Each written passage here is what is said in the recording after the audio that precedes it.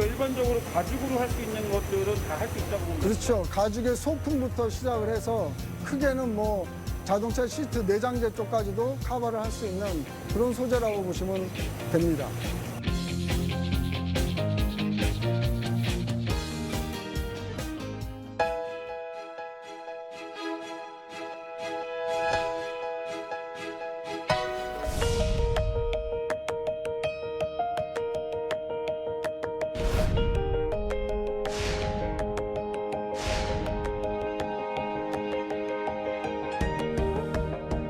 구매를 하고 있는데 병뚜껑을 모으셔가지고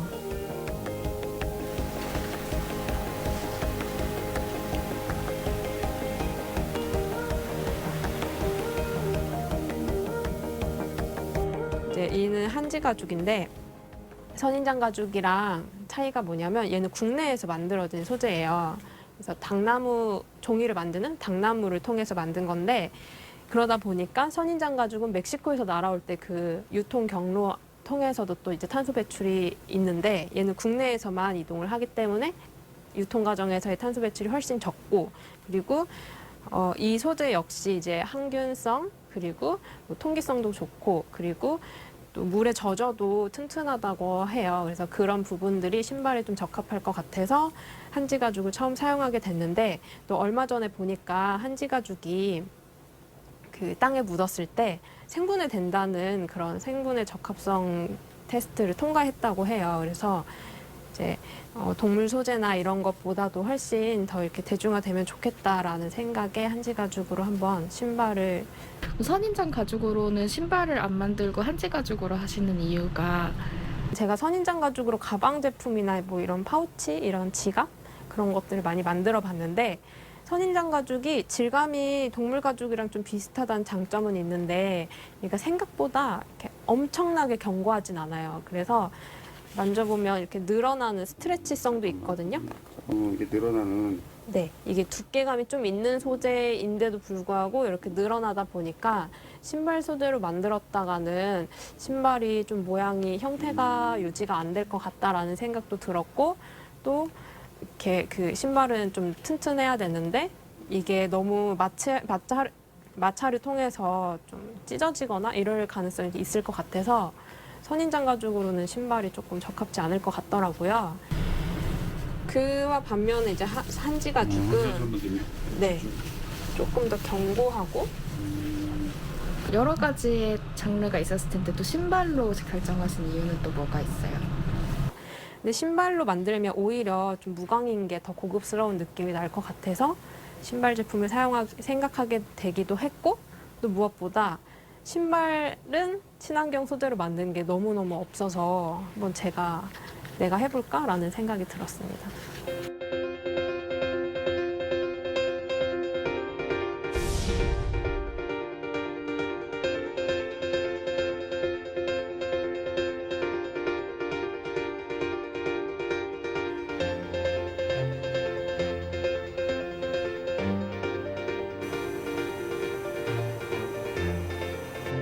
한지 가죽이라고 그러면 우리가 흔히 얘기할 때 그 동물 가죽을 뺀 뭐 인조 가죽이라 하면 피유를 이제 인조 가죽이다 이렇게 얘기하는데 한지 가죽은 단박에 알 수 있는 게 한지. 우리가 흔히 알 수 있는 옛날에 그 어떤 초가집에 창문으로 사용했던 그 한지를 이용을 해서 가죽과 같은 질감을 만들어서 제품에 활용하는 한지 가죽입니다. 한지 가죽은 우리나라가 처음으로 만든 거예요? 맞습니다. 한지 가죽은 전 세계에서 우리나라가 처음이죠.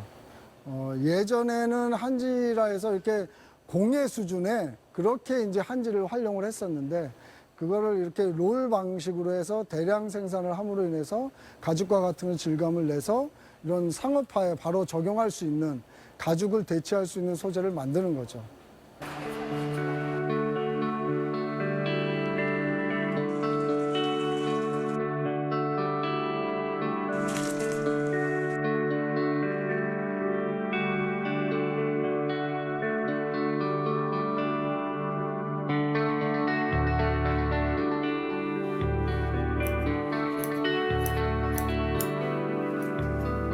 인조 가죽으로 만든 좌석 커버에서 다량의 환경 호르몬이 검출된 걸로 저희 취재 결과 확인됐습니다.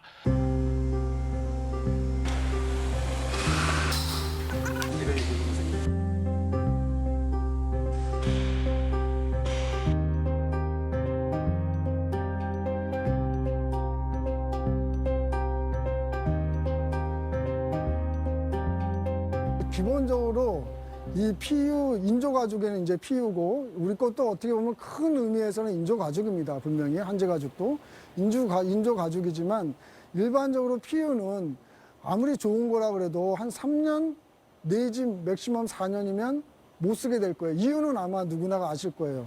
실질적으로 PU는 폴리우레탄 위에 필름을 댄 거다 보니까 폴리우레탄이 삭는 경우가 발생을 합니다. 삭다 보면 당연히 얘하고 기존에 위에 있던 필름하고 분리되는 현상이 나와요. 그래서 이게 뜯어지면 가루가 나오고 이렇게 해서 인체에 안 좋은 물성들이 나오는데 하운지 한지 가죽은 한지를 그대로 이용한 거에 한지 위에다 필름을 대는 게 아니고 한지와 같이 수성 코팅제를 이용해서 코팅을 하는 겁니다. 한지와 일체가 되는 거예요. 그러다 보니까 얘가 박리되거나 썩음으로 인해서 떨어지는 이런 현상들이 일어나지 않죠. 그래서 내구성은 오히려 PU나 가죽보다 더 좋다라고 말씀을 드릴 수 있습니다. 들어오시죠.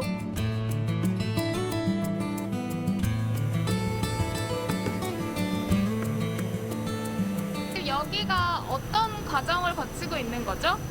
이게 이제 두 번째, 세 번째 과정인데 코팅을 마무리 짓는 단계예요.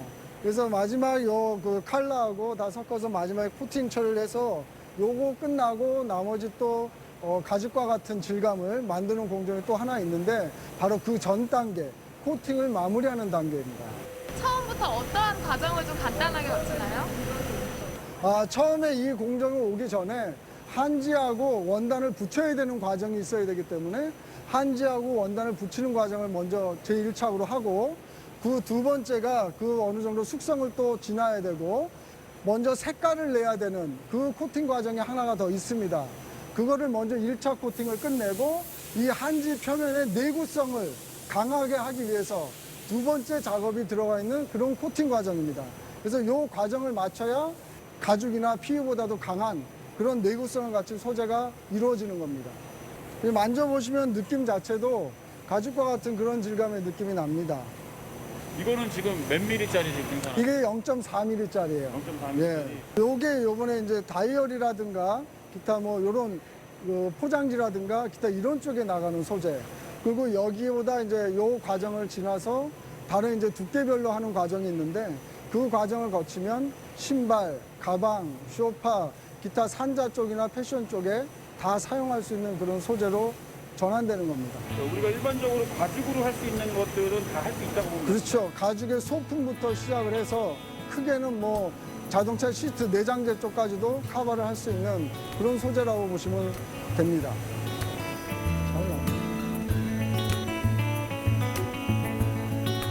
지금 전 세계적으로 보면 항상 그 대통령들이나 이분들이 정상들이 모여서 하는 얘기는 기후 환경이에요. 자연 환경과 지금 현재 지구 환경이거든요.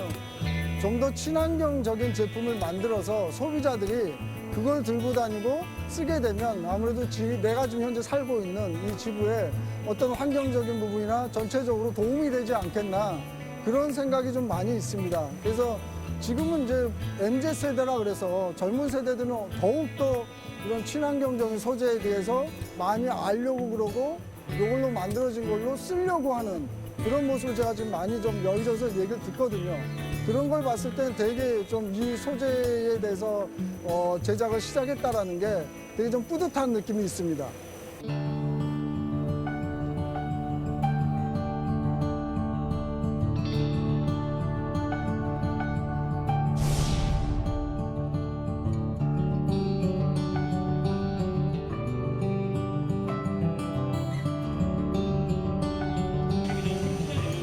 네, 생분해가 되는 소재입니다.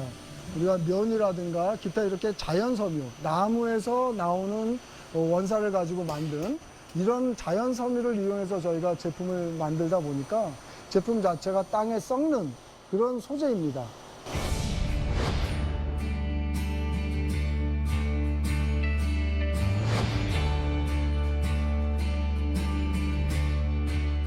그럼 말 그대로 지들기로 돌아가는 거네요. 이제 흙에서 땅에서 난 소재를 가지고 원재료를 가지고 제품을 만들고 다시 그거를 버릴 때는 다시 땅으로 썩어서 없어져서 생물이 살 수 있는 조건을 변하는, 그러니까 지금 현재의 세대에서 요구하는 서스테이너블, 지속 가능한 소재, 이런 부분에 가장 부합되는 소재다라고 저는 생각합니다.